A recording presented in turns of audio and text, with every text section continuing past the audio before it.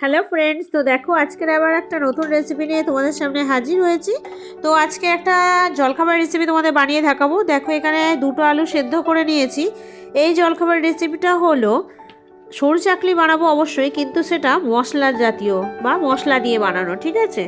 তো দারুণ খেতে হবে। আলু আর মশলা দিয়ে সরু চাকলি বানিয়ে তোমাদের অবশ্যই দেখাবো। কেমন লাগে খেতে তোমরা বাড়িতে ট্রাই করে অবশ্যই জানাবে। তো আলুটা দেখো সেদ্ধ করে নিয়েছি, নিয়ে ভালোভাবে এটাকে মেখে নিচ্ছি। তোমরা সরু চাকলি অনেক ধরনেরই খেয়েছো, কিংবা এটা সরু চাকলি বলা যায়, আলুর পরোটার মতোই বলা যায়, কিন্তু না বেলে এক নিমিষে ঝটপট বানিয়ে ফেলতে পারবে। তো চলো ভিডিওটা শেষ পর্যন্ত দেখতে থাকো। তো আলুটা দেখো আমি ভালো করে এটাকে মেখে নেবো, যাতে একটুও শক্ত শক্ত না থাকে। তো এইভাবে গরম ছিল বলে করে আমি এবার হাত দিয়ে যথেষ্ট ভালোভাবে আমি এটাকে মেখে নিচ্ছি। তা আলুটা দেখো আমার মাখা হয়ে গেছে পুরোপুরি। এরপরে আমি দিয়ে দিচ্ছি একটু বড় চামচের 2.5 চামচ আটা। যে কোনো পরোটা বানাতে গেলে, আলুর পরোটা বলো যাই পরোটা বলো, বানাতে গেলে আটার পরোটা করলে সব থেকে সুন্দর হয়। তো দেখো এখানে আমি 2.5 চামচের মতো আটা দিয়ে দিয়েছি। দিয়ে তারপর আমার কিছু ধনেপাতা কেটে রাখা ছিল, সেটা আমি দিয়ে দিলাম ছড়িয়ে। এরপর আমি কিছু মশলা দিয়ে দেবো। তোমরা চাইলে ধনেপাতা নাও দিতে পারো, এতে কাঁচা লঙ্কা কুচিও দিতে পারো। আমি একটু হলুদ গুঁড়ো দিয়ে দিলাম আর একটু নুন দিয়ে দিলাম। পরিমাণ মতো নুনটা একটু বেশি দিতে হবে, না হলে খেতে অত টেস্ট হবে না।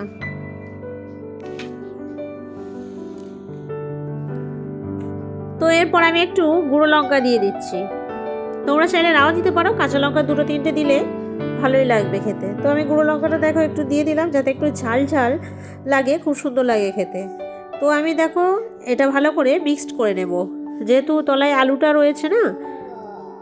তো এবার আস্তে আস্তে আমি জল দিয়ে দেবো। তোমরা গরম জল না দিয়েও এমনি ঠান্ডা জলেও করতে পারো। ভালো করে আমি এটাকে মিক্সড করে নেব। এইভাবে অল্প অল্প জল দিতে থেকে তোমরা এই রুটিটা ঝটপট বানিয়ে নিতে পারবে, অথচ জলখাবারের জন্য দারুণ টেস্টি হবে। তো দেখো এইভাবে আমার হয়েছে গোলাটা, কিন্তু এখনও কতটা শক্ত আছে, আর একটু জল দিলে পুরো পারফেক্ট হবে। তো আর একটু জল দিয়ে দিলাম, দিয়ে আরও ভালো করে আমি ফেটে নিচ্ছি। দেখো এবার ফাইনালি আমি চামচ দিয়ে করতে কতটা ঘনত্বের মতো আমি ফেটেছি দেখো। এরপর আমি একটা দাগা নিয়ে নিয়েছি, নিয়ে হালকা করে সাদা তেল দিয়ে দিচ্ছি। দিয়ে এবার আমি এগুলো সরু চাকলির মতো ভেজে নেব।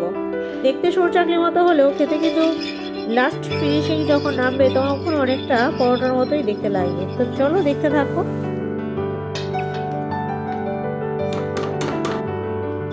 তো আমি এতে 1 চামচের মতো দিলাম, দিয়ে ভালো করে টানবো। আর একটু দিতে হবে, দিলে তবে রুটির মতো হবে। তোমরা চাইলে এগুলো ছোট ছোটও করতে পারো, সেফ তোমাদের ইচ্ছে অনুযায়ী করো। তো আমি মোটামুটি ভাবে একটা গোল শেপ দিলাম।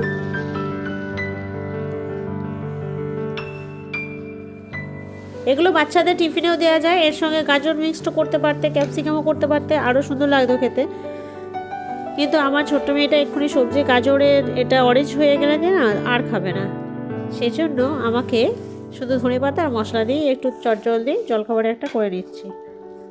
তো দেখো এটা পুরো শুকনো হয়ে এলে এইরকম চলে আসবে কালারটা। দেখো শুকিয়ে গেছে, তো সহজেই তলা থেকে ছেড়ে যাবে। এইভাবে তোমরা আস্তে করে ঠিক উল্টে নেবে।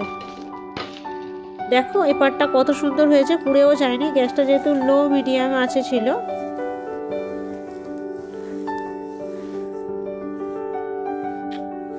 ওপারটা এবার ভালো করে হতে দিতে হবে, আর খুব একটু ধীরে ধীরে হাতে করতে হবে, যাতে আস্তে হাতে করলে এই জিনিসটা সম্পূর্ণই অন্যরকম হয়ে যাবে। তো এবার ঘুরিয়ে ফিরিয়ে দেখো এখনো কোনো রকম তেল দিইনি, শুকনো অবস্থায় আমি ভালো করে এটাকে আগে শিখে নিচ্ছি।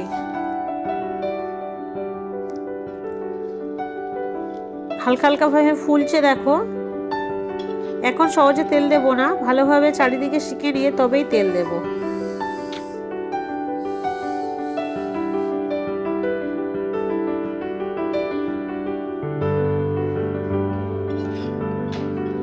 দেখো আমি এখনো পর্যন্ত তেল দেওয়ার দরকার হয়নি, তাই আমি আর তেল দেবো না। এখন যত তেল কম খাওয়া যায় ততই খুব ভালো, সেজন্য আমি ওই তেলেই পুরোপুরি এটা করে নামিয়ে নেবো। হালকা হাতে করলে এটা সহজেই হয়ে যায়, কিন্তু তাড়াহুড়ো করলে ভেঙে যেতে পারে।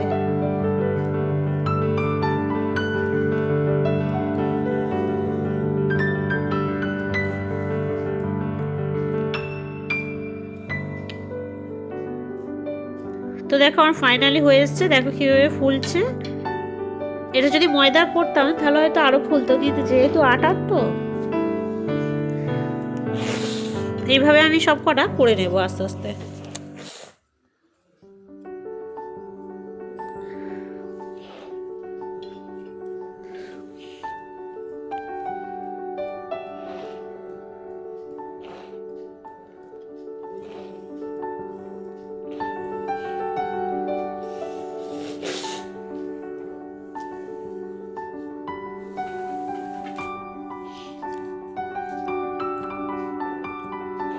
তো তোমরা বাড়িতে অবশ্যই এইভাবে ট্রাই করে একবার জলখাবার প্লিজ বানাবে, আর আমাকে কমেন্ট বক্সে জানাবে কেমন হয়েছিল এই পরোটার রেসিপিটা।